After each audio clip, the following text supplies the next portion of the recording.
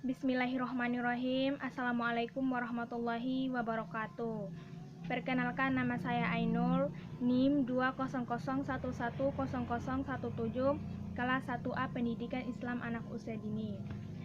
Nah, di video saya ini saya akan menyampaikan materi yang berjudul Sejarah Perkembangan Fikih. A. Sejarah Perkembangan Fikih. Pada masa Nabi Muhammad SAW, ini disebut sebagai periode risalah, karena pada masa-masa ini agama Islam baru didakwahkan. Pada periode ini, permasalahan fikih diserahkan sepenuhnya kepada Nabi Muhammad SAW. Sumber hukum saat itu adalah Al-Quran dan Sunnah. Periode risalah ini dapat dibagi menjadi dua bagian, yaitu periode Makkah dan periode Madinah. Periode Makkah lebih tertuju pada permasalahan akidah, karena di sini agama Islam pertama kali disebarkan. Ayat-ayat yang diwahyukan lebih banyak pada masalah ketauhidan dan keimanan. Setelah hijrah, barulah ayat-ayat yang mewahyukan perintah untuk melakukan puasa, zakat, dan haji diturunkan secara bertahap. Ayat-ayat ini diwahyukan ketika secara sepihak oleh suaminya, dan kemudian turun wahyu dalam surat Al-Mujadilah pada periode Madinah ini. Ijtihad mulai diterapkan, walaupun pada akhirnya akan kembali pada wahyu Allah kepada Nabi Muhammad SAW.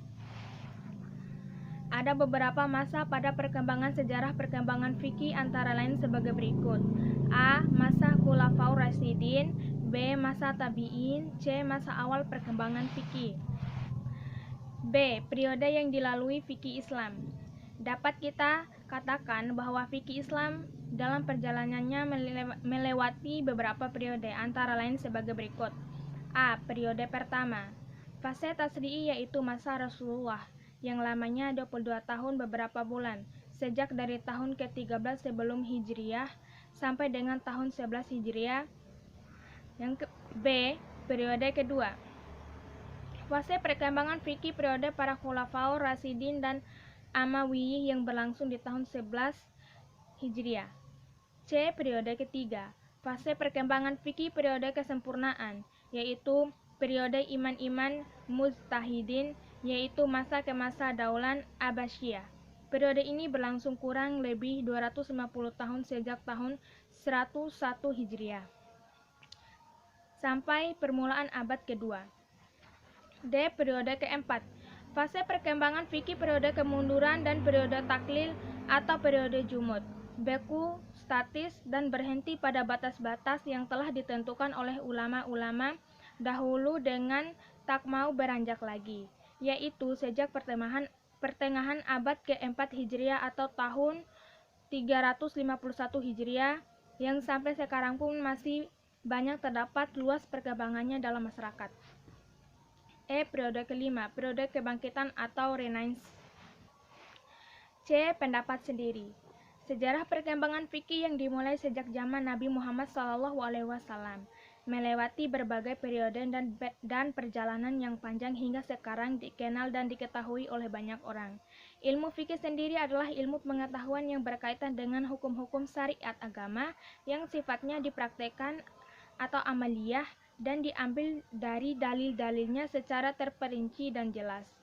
Sumber hukum pada masa perkembangan fikih pada zaman Rasulullah SAW adalah Al-Quran dan As-Sunnah, yang menjadi inti pokok contoh yang diterapkan pada masa itu.